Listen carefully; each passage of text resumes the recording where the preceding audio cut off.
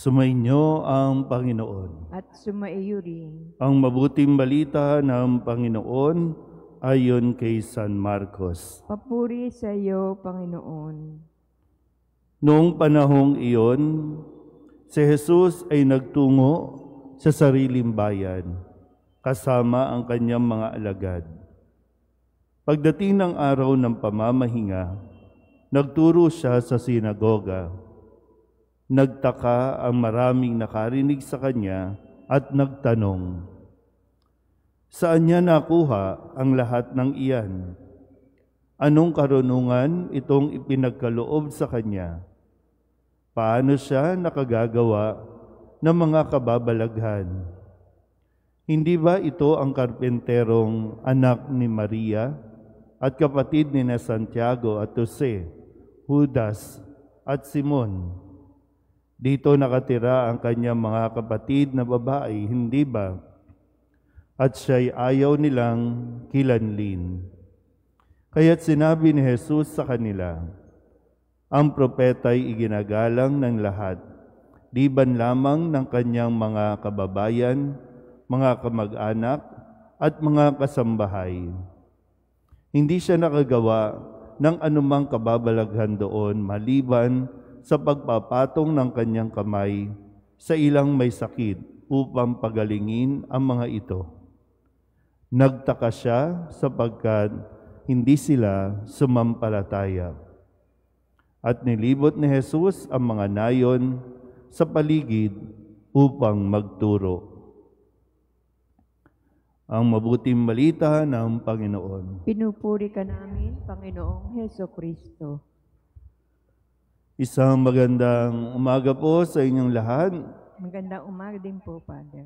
Ngayon po ay Miyerkules ng ika-4 na linggo sa karaniwang panahon at sa tulong nawa ni Santa Agata na siyang ating ginugunitang ang kanyang kapistahan ngayon.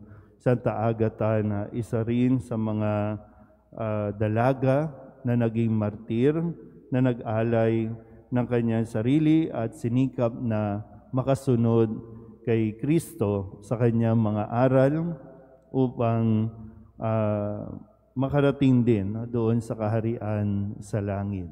So, si Santa Agata ay nakaranas din ng pang-uusig o pagpapahirap.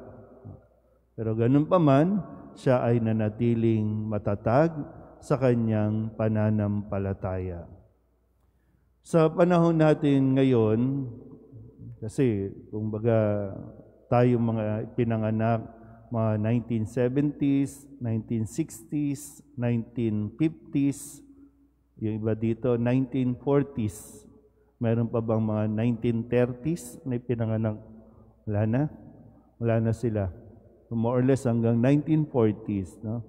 Talagang kung babalikan natin, matindi ang mga karanasan natin. Yung paano ka pumasok ng eskwelahan, yung maglalakad ka, yung magbabaon ka, yung baon mo, kamoting kahoy, saging, ano pa ba, nakatsinelas, no? Talagang lakad lang talaga, no? Ganun yung mga matitinding mga naranasan na pinagtiisan natin noon.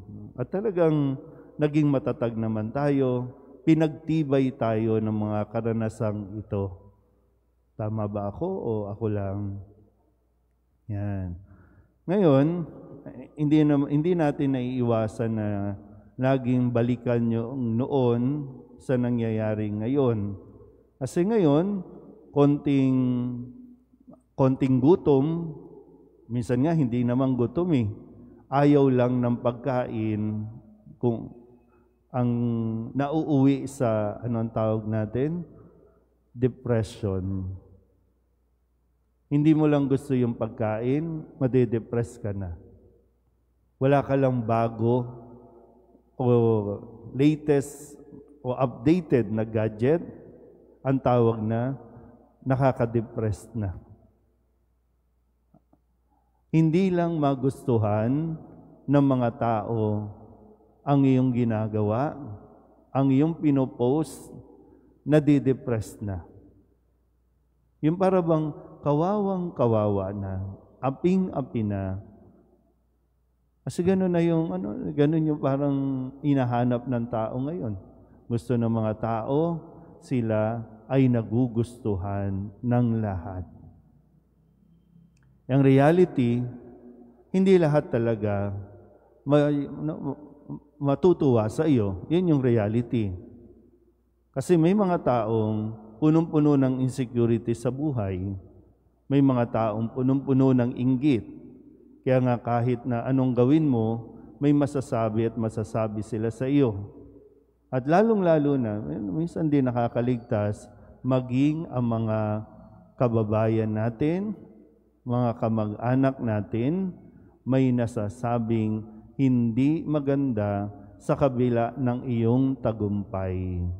Sa kabila ng pag-asenso, hindi nila matanggap na mayroon ding ibang umaangat, mayroon ding ibang umaasenso. Pero sa karanasan ni Jesus, nawa makita din natin kung paano yung dapat na pagtugon, yung responses natin. No?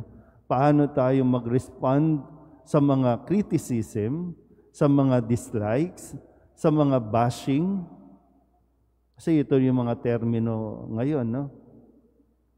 Kasi sa karanasan ni Jesus, hindi siya tinanggap ng kanyang mga kababayan, ng mismo mga kamag-anak, dahil lamang hindi nila matanggap na itong si Jesus, na anak ni Jose, isang karpentero, ay magiging mahusay na tagapagturo, magiging sikat, magiging magaling, may kakayahan. Naunahan pa sila, kumbaga. Pero ano bang ginawa ni Jesus? Nagpa-depress ba siya? Nagpa-apekto ba siya? Kasi minsan kahit sa ating mga taga-simbahan, sa mismong lingkod, no? Iba-ibang organizations, iba-ibang ministry, hindi nagtutulungan, hindi nagiging okay ang relasyon dahil kapag may ginagawa ang isang organisasyon, hindi susuportahan ng isa. Dahil kailangan sila yung angat. So sa simbahan, nagkakaaway-away kasi hindi rin marunong kung paano mag-respond kung ayaw nila doon sa ginagawa. Kaya tuloy, pakiramdam natin, nahihirapan o pinahihirapan tayo. Diba? Ganun yung feeling, no? Mayroong ganung feeling na pinahihirapan dahil gusto mo lang naman maglingkod. Pero bahagi ito ng sinasabi din sa atin na kailangan natin pagtiisan. Sa pagtitiis, kasi doon din naman napupurify. No? Kaya nga sabi sa ating unang pagbasa, tiisin natin yung mga ganitong karanasan. Ito ay isa rin pagtutuwid, no, ng isang ama sa kanyang anak. Yung isang pag-purify din na hindi rin naman lahat na para bang lahat sige okay na yan, sa ayon na yan. Wala nang question, wala nang tanong-tanong, okay na yan.Atuloy, hindi na kung ano yung motivation, kung ano yung totoong dahilan kung bakit natin ginagawa ang mga bagay na ginagawa natin. Kaya kahit mismo sa loob ng isang organisasyon, mayroon talagang nagkakainitan, mayroon din talagang tao na kontra ng kontra dahil hindi niya matanggap na bakit siya magaling, ako hindi.